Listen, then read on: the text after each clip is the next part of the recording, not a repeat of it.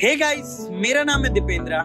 स्वागत है आपका स्टार्टअप आरंभ के एक और नए एपिसोड में। तो हमने पिछले एपिसोड में मनी को इकट्ठा करने की या फिर मनी के ऊपर बात करी कि कहां से हम पैसे को लेके आएंगे, रिसोर्सेज को लेके आएंगे, ताकि हम अपने आइडिया को रियलिटी की तरफ से अपने गोल की तरफ ले जा सकें। अब पैसा तो मान लीजिए फॉर एग्जांपल हमने इकट्ठा कर लिया। अब क्या है, धंधा चलाना हमको सीखना है। How to roll the business. So this is the name of our new episode, Rolling the Business.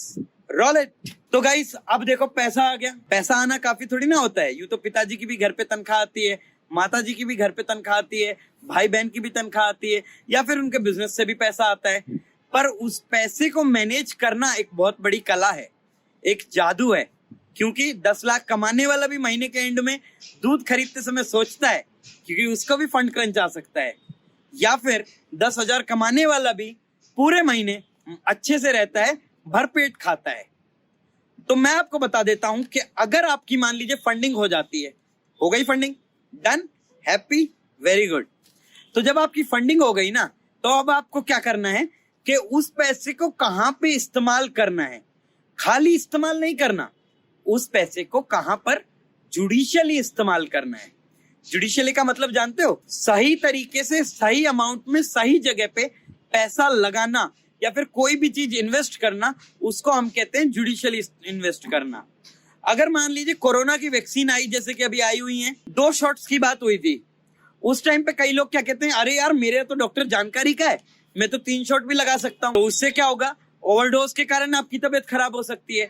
पर कई लोग सोचते हैं यार बाकी लोगों को मिल जाए, मैं एक ही डोज लगा लेता हूँ, मेरा इम्यून सिस्टम तो बहुत ज्यादा स्ट्रांग है। अरे बाबा, जो चीज के लिए 2 डोज चाहिए उसके लिए 2 ही लगेगी, ना कम ना ज्यादा। इसलिए आपको ध्यान रखना है कि जो चीज एक्यूरेट है, जहां पे जिसकी जरूरत है, जितनी जरूरत है, जिस समय पे जरूरत है, उसको वहीं पे ही लगाया जाए।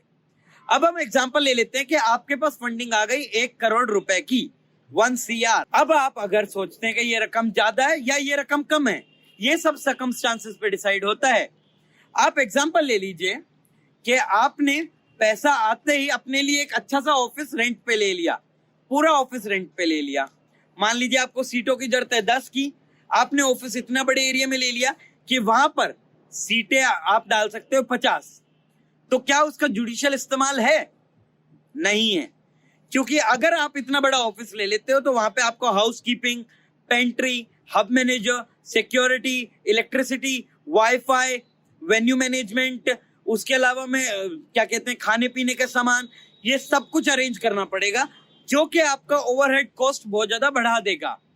उसके अलावा में अगर आप सोचते हो कि मेरे पास स्टाफ 9 लोगों का है, अगर मैं 4 लोगों की सीटें ले लेता हूं और बाकी लोगों को मैं इधर उधर बैठा देता हूं, तो ये भी आपकी गलतफहमी है। पता है क्यों?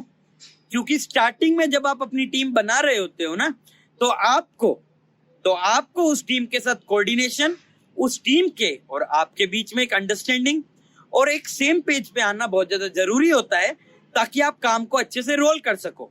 अच्छा जी, उसके बाद अगर हम अगली चीज की बात करें, तो अगला मेन टॉपिक जो है वो है कि आपने टीम बना ली, आपने पैसे को जुडिशियली इस्तेमाल करना सीख लिया। मान लीजिए आपको कैमरा चाहिए, तो आप कैमरा महंगा मत खरीदिए, क्योंकि स्टार्टिंग में आपको यूज करना भी सीखना पड़ेगा। उसके साथ साथ में आपको एक ऐसी चीज लेनी है जो कि आप अभी इस्तेमाल कर सकते हो, और अगर कोई महंगी चीज चाहिए आपको तो आप उसको रेंटल पे ले सकते हो। Every problem has a solution and modern world problems require modern solutions. It was told by one of my friend अंश पांडे। तो आगे अगर मैं बात करूं, तो इसके बाद में अब आपने ये चीजें कर ली, भाई अब आ गया पैसा, अब हम क्लाइंट्स ढूंढने की बात करते हैं। तो मैं आपसे ये नहीं कहूंगा कि स्टार्टिंग में ही आप अपने 100 करोड़, 1000 करोड़, 500 करोड़ के क्लाइंट्स ढूंढिए। 5000 का या 1500 रुपए का क्लाइंट भी अगर आता है ना, तो कोई बुराई नहीं है। द पॉइंट इज दैट कि आप अपने काम को बिना चीटिंग करे कैसे करते हो। पता है, बैंकिंग लैंग्वेज में एक टर्म है कि बेईमानी का काम भी ईमानदारी से करना होता है। पर सवाल ये है कि अगर आप स्टार्टिंग में ही बेईमानी कर लोगे, तो कितने लोग हैं जो आप पे भरोसा करेंगे। अगर आपकी कंपनी 1 करोड़ की, अगर उस पे 500 रुपए की भी चीटिंग का इल्जाम लग जाता है ना, तो आपकी कंपनी की प्रोफाइल 500 गुना ज्यादा बदनाम हो जाती है। Be always focused on your work, dedicated towards your work and never cheat with your work. अगर आपको लगता है कि कोई चीज में कॉस्ट बचाने का मार्जिन कम है तो भी आप उस काम को करिए, क्योंकि काम करने से आपकी प्रोफाइल बनती है। उसके अलावा में कई लोग कहते हैं भाई स्टाफ पे बॉसी होना चाहिए, तभी आपके पास स्टाफ कंट्रोल में आएगा। कई लोग कहते हैं कि स्टाफ कर लेगा, मेरे को ऑफिस जाने की क्या जरूरत है, I am the bloody CEO। तो ये भी आपकी गलतफहमी है। You have to engage your staff in such a manner that your staff understands your problems, your situations and the resources which you have to divert and the efficiency which you are putting into business। क्योंकि अगर आपका staff आपके सुख दुख में आपका साथ नहीं है ना, तो आपका स्टाफ कभी आपका बिजनेस ग्रो नहीं करवाएगा।